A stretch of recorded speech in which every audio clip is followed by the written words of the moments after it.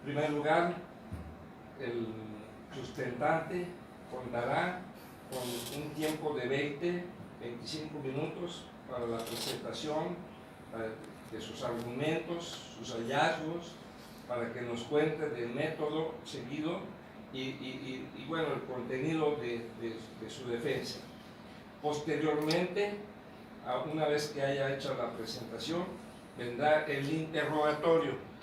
En el interrogatorio, entonces procederemos a que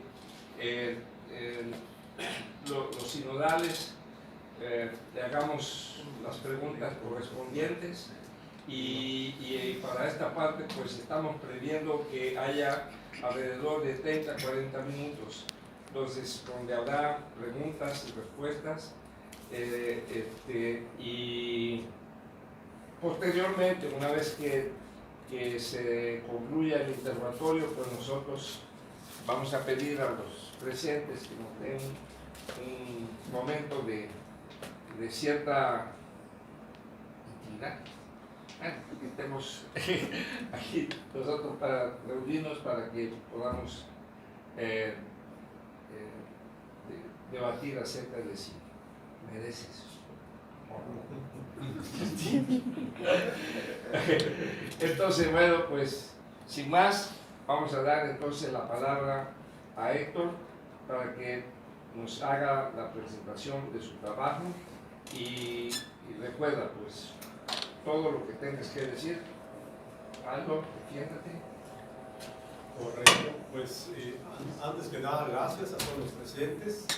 Y pues el nombre de mi tesis doctoral es Dinámica de Justicia y Pluralismo Jurídico, el caso de Tacmec y Chaxinquín. El objetivo de mi tesis fue dilucidar conflictos que se derivan justamente en dos categorías epistemológicas. Una, la multiculturalidad, y otra, la interlegalidad.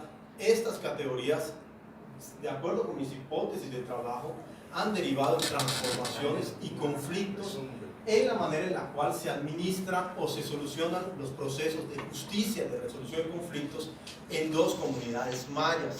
Una es Tacmec y otra es Chaxinquín. Justamente esto va de la mano con un derecho humano que se consagra desde el año 2011 en el texto constitucional mexicano, que es el derecho humano a la libre determinación de las comunidades indígenas.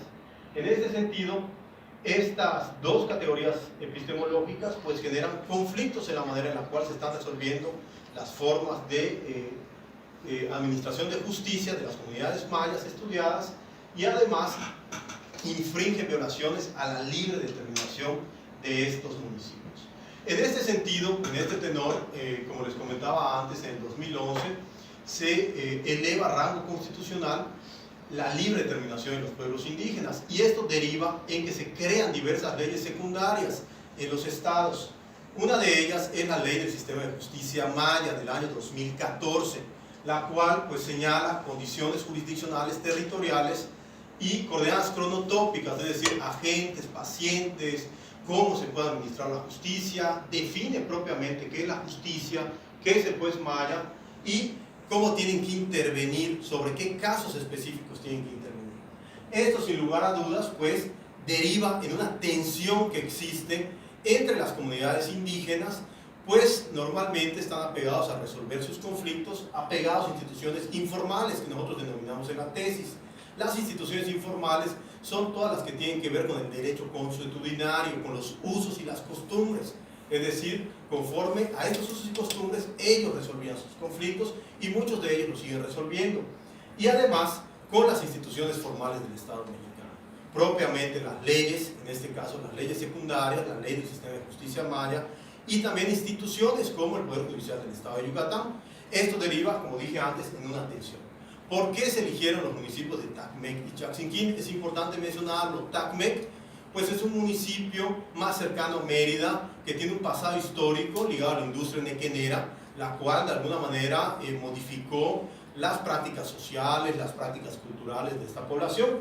Y Chaxinquín, un municipio del sur del estado de Yucatán, con tradiciones, costumbres más apegadas a lo que se han determinado por algunos autores como tradiciones del pueblo maya.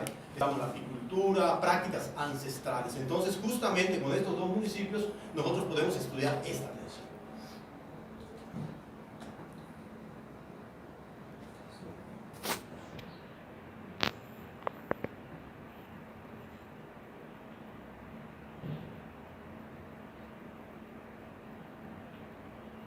Pues estaba fallando la presentación, no sé si me ayudas, Juan Pablo, pero pues continúo. La pregunta de investigación, de esta investigación, versó en justamente cómo a través de estos cambios constitucionales se están vulnerando las prácticas de administración de justicia, cómo se deriva esta tensión, cómo analizamos nosotros esta tensión en estas comunidades mayas a partir de estos dos presupuestos epistemológicos, uno que es la interculturalidad y otro que es la interlegalidad. Pero nosotros decimos, esos presupuestos epistemológicos, ¿cómo van a operar en la investigación? Y justamente operaron en la investigación teniendo en cuenta que la interculturalidad es una aspiración propia de los estados por lograr que se resuelvan, digamos, que se incluyan políticas donde se incorporen la cosmovisión de los diferentes, de las que tienen los diferentes grupos indígenas, los diferentes grupos culturales. Y esta cosmovisión la vamos a ver plasmada en justamente las leyes y en las políticas del Estado. Esta cosmovisión, nosotros pudiéramos decir que le incorpora al Estado mexicano, pero le incorpora como un eslogan político. Cuando nosotros vamos justamente a atender el estudio de los casos, es decir, cómo se están resolviendo los casos, podemos ver entonces el ajuste o la atención de ellas.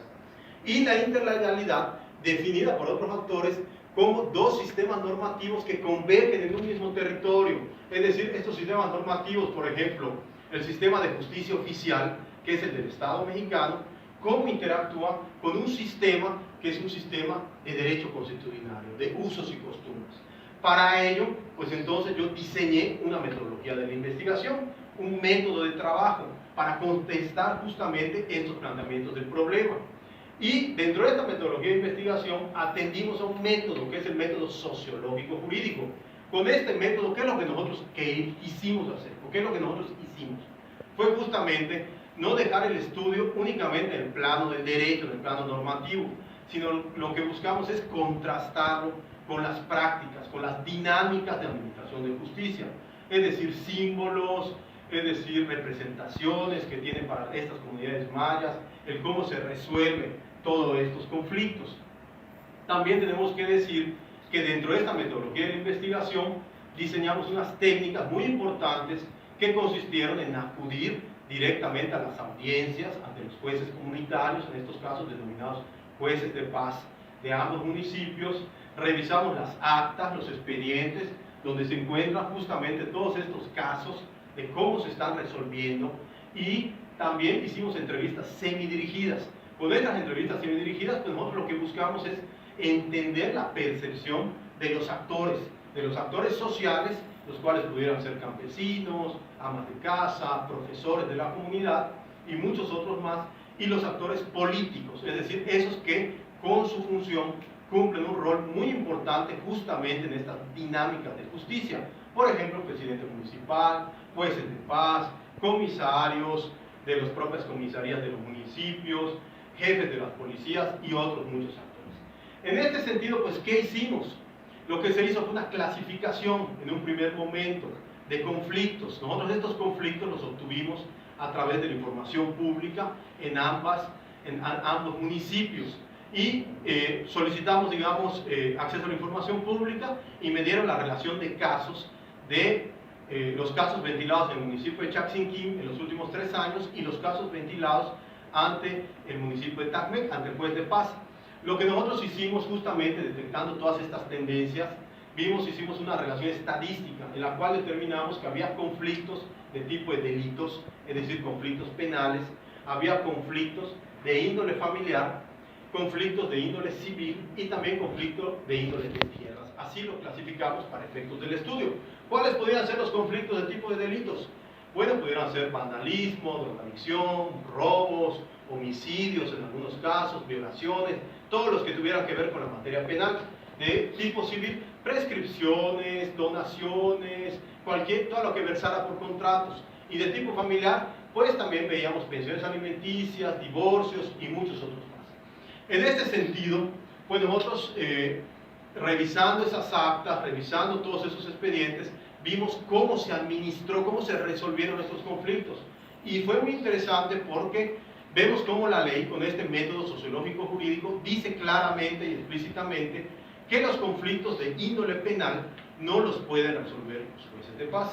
Tienen la prohibición expresa. No pueden intervenir en la resolución de conflictos de índole penal. Pero cuando vemos nosotros el análisis de los casos, nos damos cuenta de que la mayoría de conflictos que existen en las comunidades son justamente conflictos de tipo penal. Esto quiere decir que, si bien es cierto, hay una influencia por parte de la norma y que se va a observar mucho más, lo vamos a observar mucho más en el caso de TACMEC, en el caso de la jueza de TACMEC, muchos de los casos se terminan resolviendo apegados a los usos y costumbres. Eso lo podríamos revisar en el capítulo 5. Pero ¿cómo se resuelven los conflictos? Por ejemplo, esto es muy interesante. Muy interesante porque en el caso del municipio de TACMEC, la jueza de paz tiene claro que no puede intervenir en la resolución de estos conflictos. Como dije antes, si bien es cierto, sí interviene. En la práctica sí se va a ver que hay muchas audiencias de la jueza resolviendo estos conflictos, pero ojo, lo resuelve únicamente cuando se logra una conciliación. Una de las particularidades de la justicia maya es justamente eso, que hay una conciliación entre las partes, que se llegue a un acuerdo entre las partes.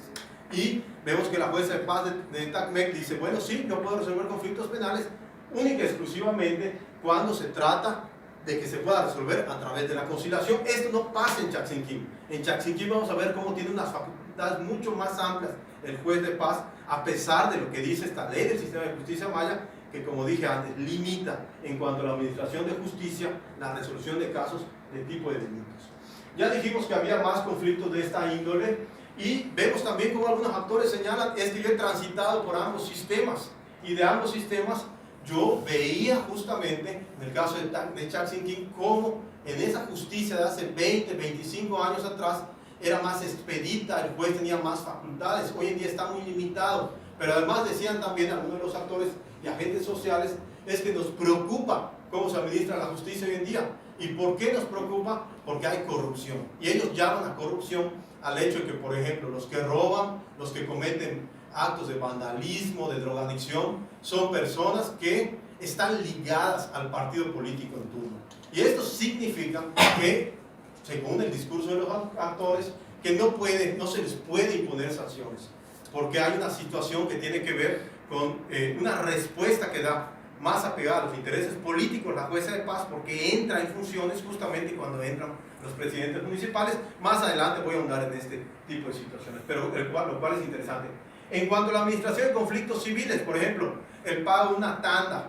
Hay una situación de que no pagan una tanda, van a ver a la jueza de paz en TACMEC y preguntan, oye, hace la audiencia, resuelve la misma audiencia, incluso no levanta un acta, toda la audiencia es oral. Ojo, eso es importante. Algunos de los conflictos se asientan en los libros, en las actas, y muchos otros son resueltos de manera verbal. Y dice, por ejemplo, la jueza, ¿sabes qué? No quedé conforme con la resolución que tú dictaste en tu sentencia, en tu resolución. ¿Qué pasa? Me voy al juzgado mixto de Izamal. Aquí, ¿qué vemos? Vemos cómo ya hay también introyectada en la mentalidad de muchos de los pobladores de TACMEC esta administración de justicia que termina por ser optativa, porque la ley dice, en esta ley del sistema de justicia maya, la justicia, la forma en la que se resuelven los conflictos, cuando dicte su sentencia el resolutor, y también la ley orgánica del Poder Judicial del Estado, va a ser optativa. Es decir, si no quedaste conforme con la resolución que obtuviste, puedes acudir a otras instancias, a las instancias del Estado. Bueno, sin lugar a dudas, esto nos demuestra la subordinación que existe por parte de la justicia comunitaria a la justicia oficial. Pero interesante, porque los mismos agentes sociales tienen claro que ellos pueden acudir a esas otras instancias para que se les resuelva el conflicto cuando no quedan conformes. Eso también antes no pasaba. Antes el juez de paz resolvía todo, completamente, todo tipo de asuntos, no tenía las limitantes por materia, por cuantía, e incluso no se le exigía al juez de paz ser licenciado en Derecho. Ya hoy en día la ley orgánica del Poder Judicial del Estado dice que el juez de paz en municipios donde son mayores a 10.000 habitantes tiene que ser licenciado en Derecho, y en los municipios donde es menor a 10.000 habitantes debe ser bachiller. Nuevamente vemos cómo el Estado lo que busca es homogeneizar la administración de justicia, lo cual, a manera de hipótesis, yo sostengo a lo largo de la tesis, vulnera la libre determinación de estas comunidades. En el caso de tierra también es interesante, por ejemplo en Chaczinquín, vemos que ahí sí se sigue resolviendo, se administran levantamiento de constancias que tienen que ver con posesión y con propiedad ante el juez de paz, lo cual difiere de lo que sucede en Tacmec. Nuevamente vemos cómo Tacmec se subordina mucho más a la justicia oficial. ¿Y por qué? Porque en Tacmec, dice la jueza de paz, una sesión de derechos que recomienda que se resuelva a nosotros como jueces de paz por el propio Poder Judicial del Estado, ante un notario, porque nosotros no tenemos fe pública. Ellos deben ir ante un notario para que levante esa sesión de derechos de posesión y esos derechos de propiedad. Como dije antes, en Chaczinquín no, en Chaczinquín van, se levantan, incluso la delimitación de los terrenos se hace por albarradas, lo cual es parte igual de una costumbre de esta comunidad. Pero vemos cómo nuevamente en los conflictos de tierras, la jueza de paz de Tacmec se subordina a esta forma de operar y de administrar la justicia. Otros elementos interesantísimos, por ejemplo, en el caso de administración de conflictos familiares, vamos a ver cómo, por ejemplo, la jueza de paz de Tacmec dice: yo divorcios no los puedo resolver. Ya me dijeron que es imposible que se resuelvan divorcios. Y además, no hay que perder de vista que, por ejemplo, el pago de las pensiones alimenticias, yo tengo mucho cuidado con un elemento que está muy vigente hoy en día en el paradigma de los derechos humanos, que es el interés superior del menor. Yo tengo que proteger al menor. ¿Esto que implica? Que, por ejemplo, en ese pago de pensiones, entre pinzas tengo que resolver el conflicto, porque yo no puedo vulnerar los derechos del menor, y si alguna tradición, alguna costumbre supondría una vulneración, pues entonces yo tengo que tener mucho cuidado, porque me puede ir a acusar a la CONDE o a la Comisión de Derechos Humanos. Posible una presentación. Entonces, bueno, continuamos. Algo igual muy interesante es, por ejemplo, el caso de las celdas. Los jóvenes, en el caso de Tacmec, las celdas antiguamente se estilaba de que cualquier persona que hubiera cometido un ilícito se le encerraba en el calabozo, como decíamos. Es una de las sanciones que se imponen. Pero hoy en día ya no es así. Hoy en día nos dicen, por ejemplo, en el caso de Tacmec, la jueza: yo las celdas ya no las puedo usar para administrar justicia, para interponer sanciones. Únicamente las puedo usar para el caso de riñas, para meter 2 horas a los que se estaban peleando, e inmediatamente los tengo que soltar. ¿Por qué? Porque he tenido conflictos con la Comisión de Derechos Humanos del Estado. Me han ido a acusar porque una vez mandé a llamar a uno de los delincuentes que me lo vengan a traer aquí a las oficinas del juez de paz. Y como mandé a la policía y lo saqué, esta persona fue y se quejó ante la Comisión de Derechos Humanos. En el caso de Chaczinquín es diferente. En el caso de Chaczinquín, los calabozos, las celdas, el privar de la libertad a la que hubiera cometido algún delito se sigue estilando. Nuevamente vemos cómo hay esta situación diferente, ¿no? Antes, Juan Pablo, por favor. Allá, sí. Bueno, los jóvenes, que aparte los jóvenes ya no pueden ser encarcelados por este interés superior del menor, lo tienen muy claro los habitantes. Y interesante también, por ejemplo, en Chaczinquín. ¿Qué pasa en Chaczinquín? Por ejemplo, conflictos que se suscitan en las comisarías. Una de las comisarías que yo cito en la tesis es la comisaría Esbosch.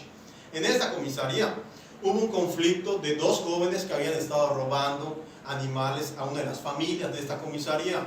Y la forma en la cual se resolvió este conflicto fue incluso ni siquiera acudiendo al juez de paz. Lo que se hizo una asamblea, y entre toda la comunidad decidieron que estas personas fueran desterrados de ese poblado, de esa comisaría. Lo cual vemos cómo hay justamente maneras de administrar justicia, no de manera inmutable, como dicen autores como Buenrostro, como el doctor Lizama, doctor Bracamontes, que la justicia maya es una justicia que muta y se adecua a los contextos y a los cambios. Entonces, en este sentido, pero además se destierra, ese fue el castigo, que se destierre, pero no únicamente a los infractores, se desterró a toda la familia. Y aquí vemos cómo igual es importante esa pertenencia que hay hacia la familia, cómo impacta también esa vergüenza pública, y que todavía podemos seguir observando en el caso de Chaczinquín. La que sigue, Juan Pablo. Una antes.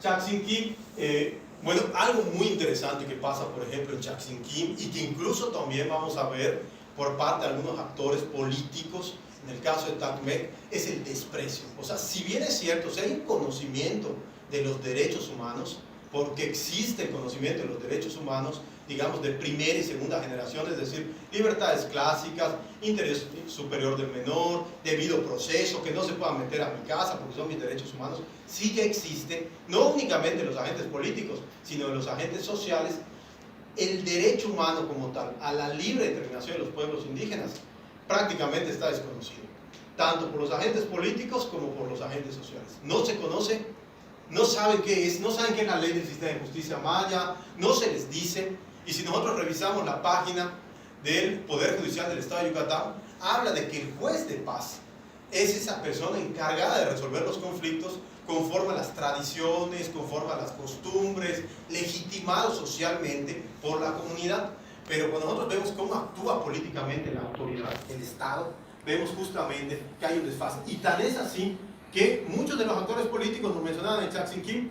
Por ejemplo, el jefe de la policía de Chaksinquín decía: a mí, y que incluso no es de la comunidad, lo cual genera hasta extrañeza, es una persona que viene del DF, dice: no, es que eso de los usos y costumbres, la justicia comunitaria, es algo violento, hay que dejarlo atrás, no, ya está superado, no podemos seguir pensando en hacer justicia como se hacía antes. Hoy tenemos que apegarnos a lo que nos dice el Código Penal, a lo que nos dice el Código Civil, y esto también lo manifiesta el presidente municipal de Chaksinquín, lo cual, sin lugar a dudas, pues nuevamente vemos el menosprecio que hay hacia esta impartición de justicia conforme a una visión de derecho constitucional. En TACMEC también vamos a ver cómo opera la interlegalidad, esa coordinación en la resolución de conflictos. Bueno, si no estás conforme con mi resolución, te puedes ir ante el juez de Izamal. La misma jueza de paz se lo recomienda a las personas que acuden ante ella. Vemos cómo interfieren otras instituciones como la Comisión de Derechos Humanos, la Fiscalía. Ella dice: asuntos penales graves, homicidios, violaciones, yo no me meto. Inmediatamente lo turno a Mérida. Divorcios, no me meto, lo turno a Mérida. Y justamente personas que habían desempeñado el cargo de jueces de paz, personas mayores de 60 años, nos decían: es que antes aquí en TACMEC se resolvía absolutamente todo. Todo, y a mí no me pedían ser licenciado, no me pedían ser bachiller, no tenía ni siquiera que tener ningún tipo de estudio. Yo era una persona reconocida por la comunidad. En este sentido, pues podemos decir, a manera de discusión, de análisis, que sin lugar a dudas hay un desconocimiento por la ley del sistema de justicia maya, que es esta ley secundaria que en teoría regula los usos y costumbres. Y pues muchos de los actores te van a decir: es importante que nos adecuemos a las nuevas leyes, a las nuevas formas de administrar justicia. No hay un conocimiento del derecho humano a la libre determinación, no existe por parte de los agentes políticos, por parte de los agentes sociales, no hay, no lo podemos ver. Todo esto pues, nos lleva a arribar a la conclusión de que la figura del juez de paz ha venido perdiendo fuerza. Ya no es esa figura que antes era respetada por la comunidad, legitimada. ¿Por qué? Por toda una serie de imposiciones desde el exterior, desde las instituciones formales, que dicen cómo debe actuar, qué debe resolver, pero además por también el poder que tienen los partidos políticos en todos los municipios. La estructura política del Estado mexicano permea incluso en que esas funciones tan importantes que eran las comunitarias sean muchas veces apegadas más al interés político que al interés social. Esto significa que pues, este análisis de la justicia maya pues, adquiere múltiples representaciones, múltiples significados, como son las que se mencionan a lo largo del capítulo 6 y del capítulo 7, del que nosotros denominamos la enajenación de la justicia maya. Justamente lo denominamos así porque vemos esta subordinación de la justicia, esa justicia maya, digamos, apegada a los usos y costumbres, a una justicia social, a una justicia oficial, perdón. Entonces, ¿esto qué hace? Pues que obviamente hay una institucionalización de lo maya. Lo maya se institucionaliza, pareciera que es un membrete de tipo político, de tipo jurídico, bien visto, que esté lo maya, que esté lo intercultural, que nosotros como Estado mexicano hayamos adecuado nuestro texto constitucional a respetar la libre determinación de los pueblos indígenas. Y pues sin lugar a dudas, este advenimiento de nuevas leyes, de nuevas prácticas, trastoca y nulifica lo que en esencia es la justicia maya, la convierte, lo que nosotros pudiéramos mencionar que es la justicia maya. Esta aspiración, además intercultural, se alcanza dentro de instituciones formales y supone no solamente, desde mi perspectiva, la subordinación de las instituciones indígenas, sino que representa paradigmas de derecho, que esto igual es interesante, muchas veces irreconciliables, muchas veces no se pueden llevar. O sea, el derecho occidentalizado, si así lo pudiéramos decir, oficial, muchas veces no se va a llevar con la justicia maya, porque por ejemplo hay un evento, había el caso en Chachinquín de un delito, de una violación, y yo le preguntaba a un ex juez de paz cómo se resolvía la violación aquí en Chachinquín. Hoy en día ya no la podemos atender, tenemos que turnarla a la fiscalía, pero hasta hace 20 años el que hubiera cometido la violación, una de las formas en las cuales se resolvía este conflicto era que se casara el violador con la niña. Entonces vemos otra vez cómo todos estos elementos que nos platicaban los autores y que estudiamos en el marco conceptual, como el machismo, la pertenencia al linaje, la vergüenza pública, eso todavía sigue existiendo de alguna manera, no tan, digamos, lo podemos observar mucho más en Chachinquín, pero por ejemplo la vergüenza pública, por ejemplo, que si robaron en la panadería, esos dos que robaban la panadería se les va a encarcelar durante tantas horas y van a tener que resarcir el daño. Este es el resarcimiento del daño. ¿Cómo se va a dar ese resarcimiento del daño? Pues justamente se va a dar a partir de un trabajo hacia la comunidad, ¿no? Vas a barrer el parque, vas a pintar árboles, vas a trabajar tantos días con el carnicero. Es todavía, vemos algunas reminiscencias, algunas prácticas que subyacen de esta justicia consuetudinaria. Y bueno, justamente pues la interlegalidad funcionó como esa categoría de contraste entre lo que nosotros veíamos en las prácticas con lo que nos decía el derecho. Y justamente es ese vínculo, como bien señala Bracamonte, Lizama, que es ese vínculo entre el derecho formal, el derecho occidental, y que obviamente si nosotros vemos las leyes, analizamos las prácticas y sin lugar a dudas vemos una supeditación de esas leyes. Las mismas leyes supeditan la justicia maya a una justicia oficial, y a partir de la politización también de personajes que van a responder más intereses personales, intereses partidistas, que intereses sociales. Esto significa que hay justamente la enajenación, desde mi punto de vista, de esta justicia maya a la justicia del Estado.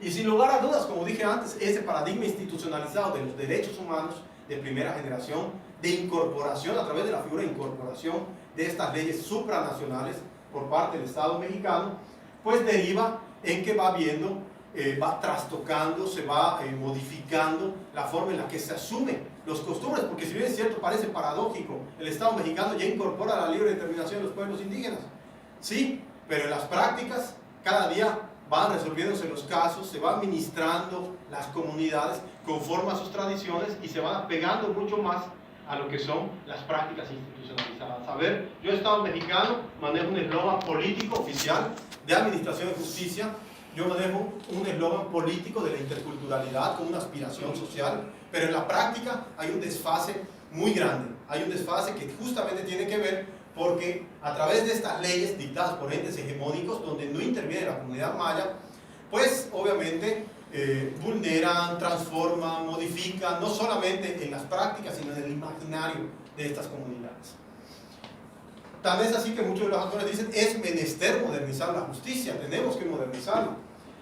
Las leyes dictadas, pues en este caso la ley del sistema de justicia maya, fue una ley dictada de espaldas a las comunidades indígenas, no se les consultó, fue por entes hegemónicos, como yo refiero en la investigación, y el juez de paz, esto derivó en que el juez de paz dejó de ser una autoridad socialmente legitimada a una legalmente politizada, nosotros mencionamos. Desprecio a los usos y costumbres, podemos decir que tarde y temprano esta justicia maya va a quedar, pues a lo mejor en los libros, ¿no?, de historiadores o de antropólogos, va a quedar, o ya está quedando cada vez más relegada a una justicia que se subordina a prácticas oficiales del derecho, y esto obviamente va imponiéndose por estas instituciones que nosotros denominamos como formales. Es digamos, una justicia maya que se ha venido desdibujando a lo largo de los años, desde la época colonial, la época del Estado Nacional, y que justamente cada día, a pesar de que hay este discurso político de incorporación de la libre determinación, se tiende a desdibujar cada día más. Está muy de moda, ¿no?, hoy en día lo de la consulta libre, previa, las consultas, por ejemplo, para el aeropuerto, de la Ciudad de México y muchas otras consultas, pero hay que decir que si hay una consulta que está en la norma, está justamente en la Constitución, en el artículo 2 de la Constitución, que es esa consulta libre, previa e informada a las comunidades indígenas. Y es una consulta que pues poco se menciona en los medios de comunicación y que sí está en la ley. Y cuando hay de por medio comunidades indígenas a las cuales una política pública, una ley va, digamos, dirigida a estas comunidades, debería hacerse conforme al texto constitucional. Es un derecho humano derivado justamente de este artículo 2. Por último, pues yo diría que se vienen cometiendo múltiples injusticias en nombre de la justicia humana. Gracias.